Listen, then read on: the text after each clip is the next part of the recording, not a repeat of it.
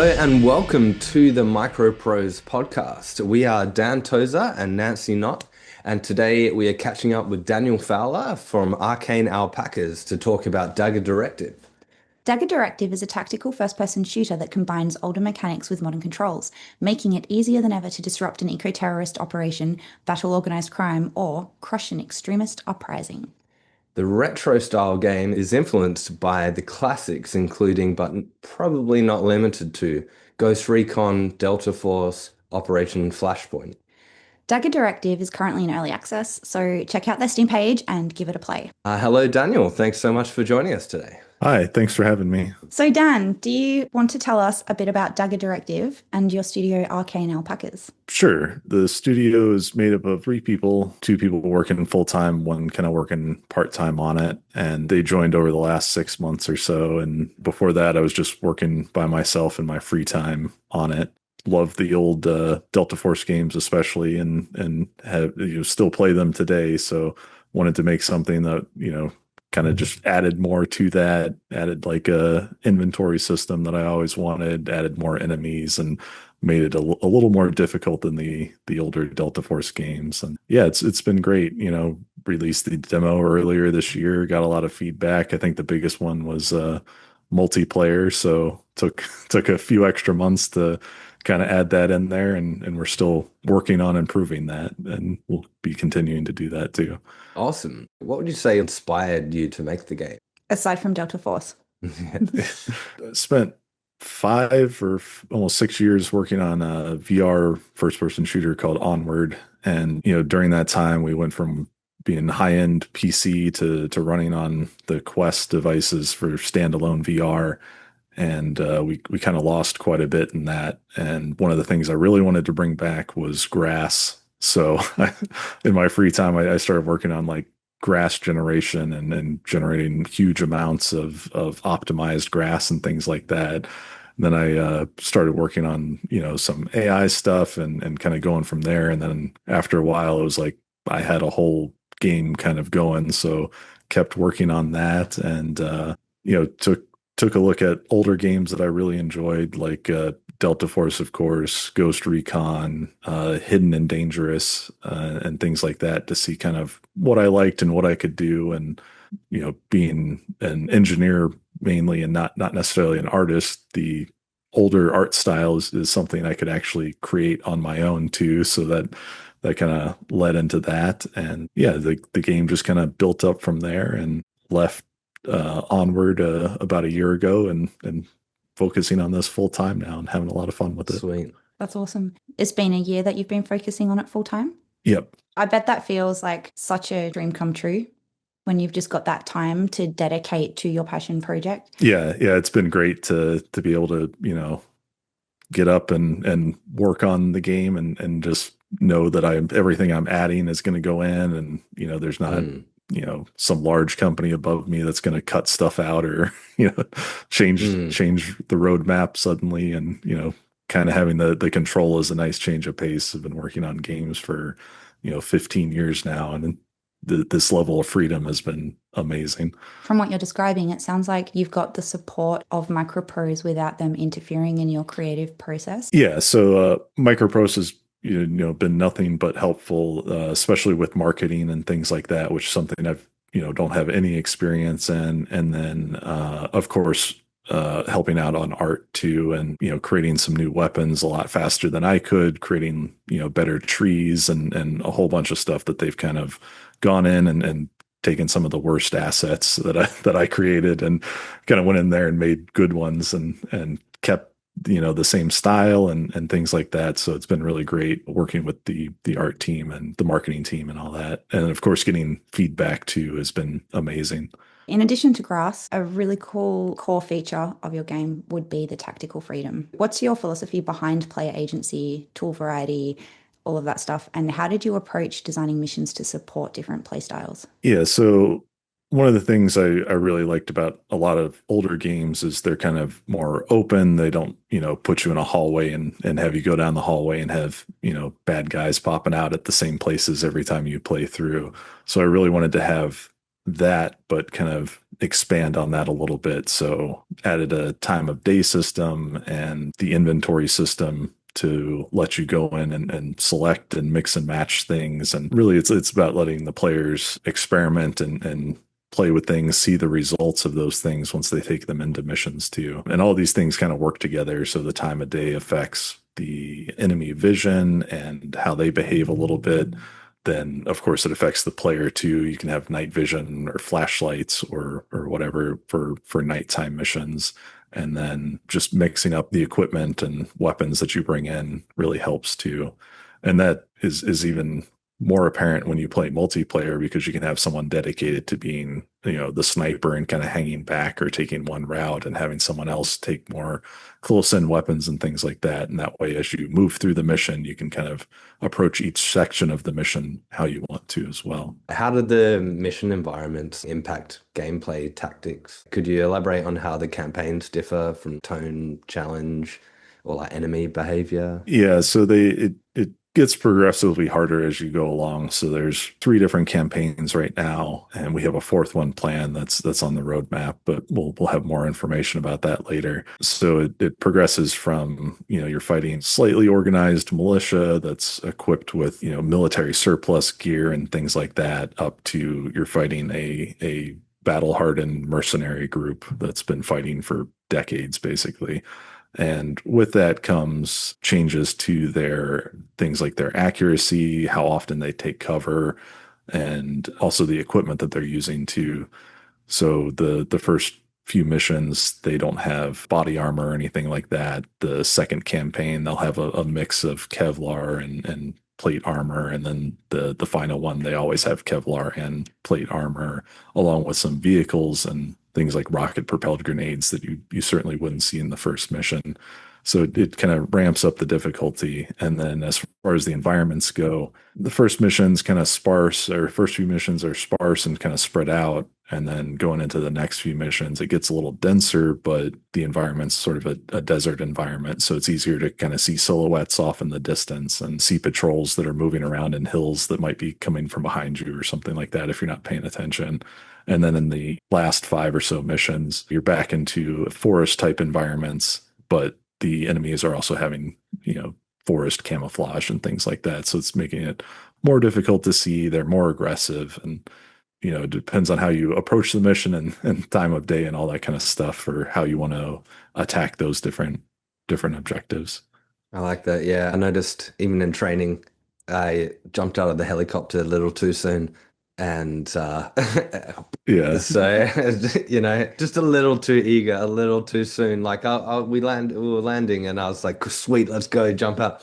And then no, I think we have an achievement for that too. So if you fall out of a helicopter, because during playtesting, that was, certainly had a lot of people that like, didn't realize that they could even walk around. It's kind of that freedom where like modern games kind of lock you into something, but you're not locked into it. If you want to walk out of the helicopter and fall out, you can do that. We're not going to stop you. So with the new missions and environments that you're working on, have they been shaped by feedback you've received from players? Like, what kind of role has the community played in shaping the Dagger Directive trajectory, so to speak? Yeah, so we're focusing on new environments and certainly listening to feedback in terms of density of the maps and things like that. One of the big complaints is that there's a bit too much space between objectives and things like that. So we kind of want to shrink that a little bit, but not enough to where it takes away that decision making where you can decide, I want to go all the way around and circle in from the back or something like that. We still want to let players, decide how they approach missions, but we do want to speed it up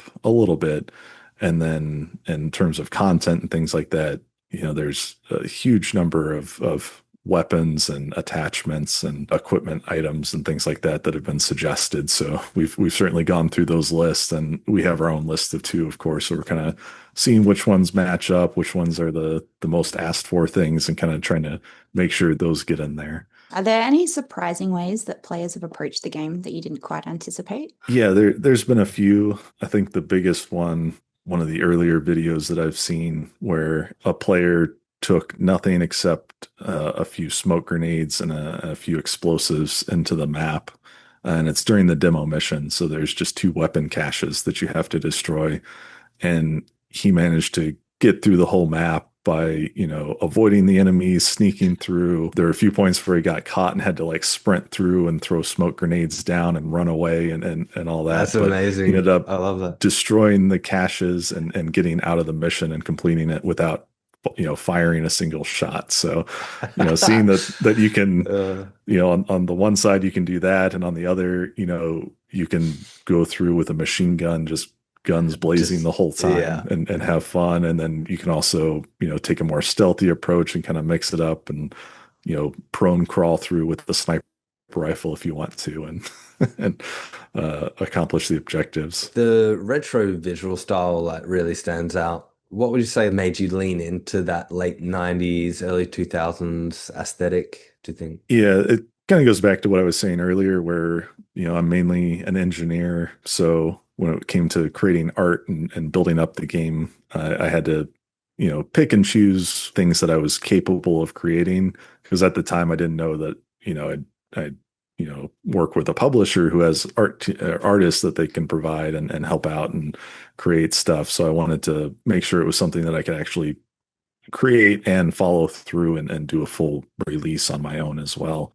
And then, of course, the style, I also wanted to stand out from a lot of the shooters that are coming out now, where they're going for higher fidelity graphics, but at the same time, they all kind of end up looking the same. So I wanted to have a style that stood out a bit from those, but then also called back to, the games from mid 90s, early 2000s that, have this sort of look already. Nice. How would you say you balance the realism with fun in a genre that attracts like both sim fans and casual shooter players and that? Yeah, so that's been a lot of fun to play with and figure out. And I think most of it comes from setting up the simulations to work as realistically and as close to what the players would expect as possible. So if they, fire a machine gun, they'll have, the same recoil, but it'll change depending on what stances they're in. If they throw grenades, it'll actually simulate the fragments coming out of the grenades. But of course, with explosives and other things, it's all, distance based and adds force to things and can cause chain reactions into like explosive barrels that are around the maps and things like that. So consistency and direct results of the player's actions, but mix that with all of the different things that are happening around them, like enemy placement and like, again, the explosive barrels and things like that. It just depends on where the fragments go. Maybe they'll land in the right place and set off an explosive barrel that kills an enemy that's behind cover or something like that. So it adds a lot of fun to, simple action on the player's part, leading to complex and exciting result for them to sit there and watch.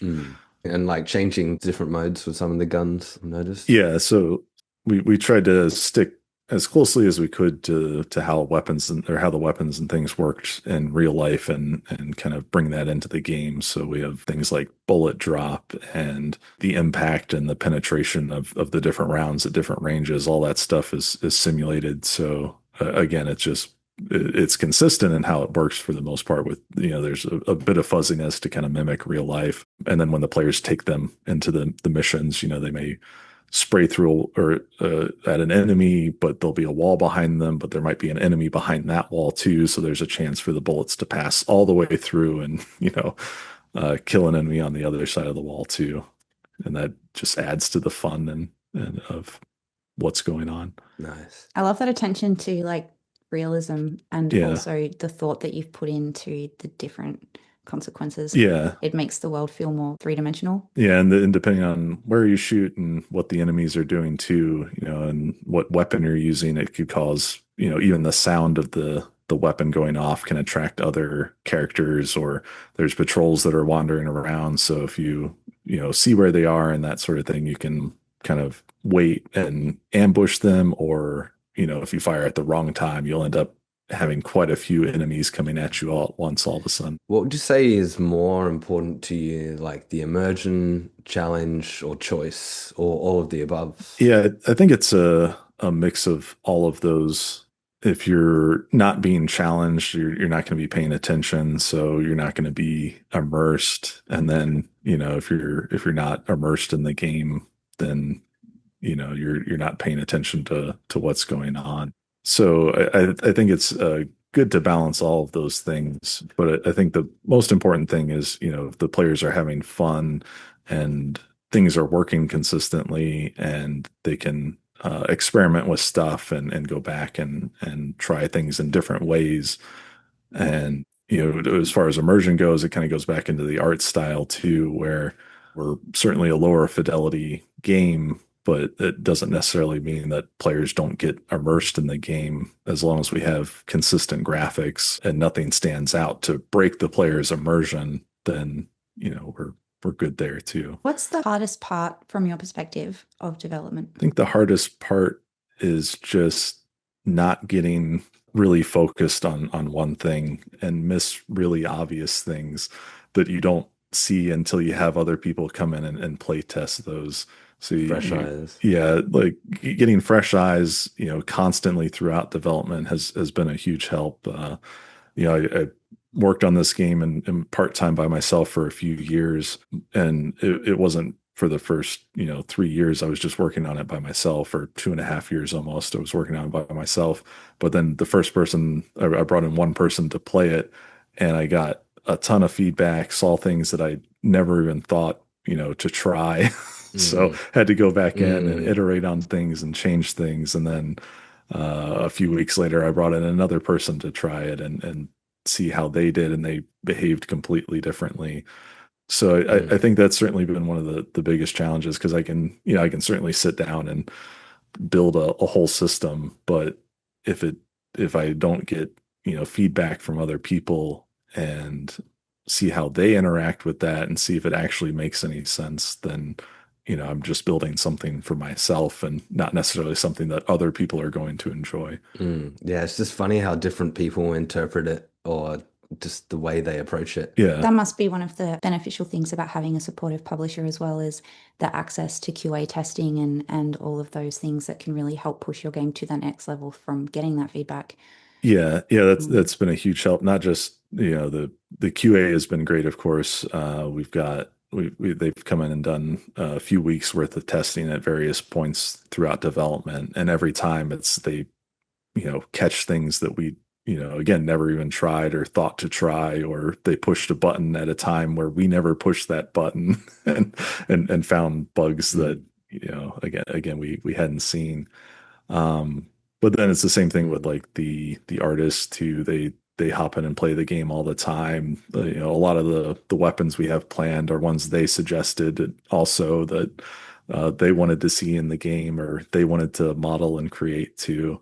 And then the other people there at MicroProse too, the producers and other people have hopped in and play the game all the time too. So there'll be days where I come in and I've got a bunch of messages of just like, I tried this and I'd like to see this, or I tried this and this happened and this thing broke over here. So it's like, I've got, it's great to see all that feedback and kind of go back and forth. And even as we get new stuff in too, we send builds over and they test those out too, and give us feedback on new features and things like that. Which is obviously so valuable. Yeah. I would imagine quite rewarding as well from your perspective, being able to see, people engaging with your game, which basically that's my next question anyway. What do you find is the most rewarding aspect of game development for you personally? I think the most rewarding part is just being able to sit down and play the game, something you work on for years, and whether you're, hop in and play multiplayer, or, seeing how people are in the community play the game too, that's been great to just hop into random servers and see things that are going on. A lot of them are locked most of the time, so that's a little difficult, because I know people it's a cooperative game, so they usually want to play with people they know and things like that. But yeah, jumping in, and even at the end of the day, we'll sit down to test a new thing or a new feature that got added, and then we end up, instead of playing for half an hour and testing that feature, we end up playing for 2 or 3 hours and just having a ton of fun in the game. What a terrible job you have. Yeah. So sad. Yeah. So what advice would you give to developers looking to make a game with this kind of depth and flexibility? I think the big thing is to focus on something smaller rather than bigger. Don't try to do everything. Like, I would love to get friendly AI and kind of do the whole Ghost Recon thing where you're planning out waypoints and things like that. But if we tried to add that in too, then we would get spread too thin. And instead of having, a lot of more polished features, we'll have a lot of sort of disjointed and disconnected things. So definitely to individuals or even smaller teams kind of reduce scope, focus on something that's fun, and then iterate on that and kind of go from there. That's really good advice. Do you have anything exciting you can reveal to us about the future of Dagger Directive? Yeah, been working on this thing. It's not going to go out in the next patch, but it'll be in the first content update. The first pack is going to be the 90s pack, which is going to be a mix of actual equipment used by different militaries and things like that, and a mix of cool stuff that I played with in games in the mid 90s to early 2000s, and I'm sure other people did too. So I think that's what this first thing is going to be here. We've got the Jackhammer automatic shotgun, which should add quite a bit of fun to the game. And that's just one of the things that we have planned. And then this other shotgun is going out in this next patch that should be coming out in a few days. So that's what you've been working on nonstop recently, isn't it? Yeah, recently I've been focused mainly on multiplayer optimizations and kind of smoothing out a lot of the multiplayer bugs, because multiplayer was kind of added in at the end of the project rather than kind of planning that from the start, which is maybe another good piece of advice for other people looking to create games is if you're going to do multiplayer, maybe do that from the start. Adding it in at the end is a bit difficult. Am I remembering this correctly, that you added multiplayer in because the feedback you were receiving from people is that they just desperately wanted multiplayer? Yeah, that was certainly the biggest ask that we had. And then I think the second biggest one was friendly AI, which we don't currently have planned right now. We added that in added multiplayer in based on players' feedback. I've been mainly focused on optimizing that stuff, but now that we're coming to the end of that, we can spend more time getting additional content in. We're working on mod support and things like that too. So that'll all be coming out hopefully over the next few months. Do you have any final words for current fans or present players and future players? Yeah, I think the big thing is thanks for everybody who's given feedback, both positive and negative, and especially a big thanks to everybody who's reported bugs and sent over logs and stuff for us to really dig in and find issues. Again, there's, everybody does things differently and plays the game differently. So, there's going to be things that we just never even think of trying. So we'll never come across some issues that a lot of people have found in the game. I want to say a huge thanks to everybody who's played the game and given feedback, and hopefully we'll have some great content for you guys over the next few months. For those who are listening who want to dig deeper, where's the best place for them to follow the game? The game is up on Steam. There's a demo also. If you're not sure, you can always play the demo, try it out before you buy it. There'll be a lot of great stuff coming, and we're still in early access, but we're hoping to be out of early access sometime around the end of the year. And with that, we'll have a couple of content packs with weapons and uniforms, a larger pack with some additional maps. And then we will have weapon mods and mission mods that players can create stuff and upload to the Steam Workshop. So I'm really excited for that. New missions to play. I built all these and kind of placed all the AI, so I kind of know where they all are, and I'm really excited to see what players come up with and play some new missions in the game. Thanks so much for your time today, and good luck with Dagger Directive. Thanks. And yeah, thanks for having me. Dan Fowler, everyone. And not to sound repetitive, but I highly recommend jumping on Steam, giving Dagger Directive a go. It's fun, I promise. Complete the training mission, or at the very least, jump out of a helicopter. But not in real life. Not in real life. What is this real life you speak of? I jumped out and I broke my legs. It was his favorite part of playing. Yeah. Speaking of real life, do you need to update your strategy game wisdom? A hints and tips guide on the MicroProse Steam page can help with squad leading in boat crew, surviving in ground branch, or commanding fleets in sea power. Today's MicroProse tip relates to strategizing in Dagger Directive. Here it is. Coordinate in co-op with markers and pings. In multiplayer, communication is key. Use map markers, voice comms, and visual pings to coordinate breaches, flanks, and fallback points. A silent ping on a door or enemy position can be the difference between a clean-up and a messy firefight. And now, it's time for Gaming news. drumroll, please. MicroProse is heading to Gamescom 2025. Swing by our booth to play our latest titles, grab exclusive swag, try the custom DX Racer Forgotten but Unbroken chair, or book a private presentation with our team. Press and creators are welcome to DM us on social media to secure a spot. See you in Cologne. And that brings us to the end of episode 1. Or as we like to think of it, our test run episode. The MicroProse podcast will return next month with dev interviews, gaming news, and a brand new mystery segment. And endgame.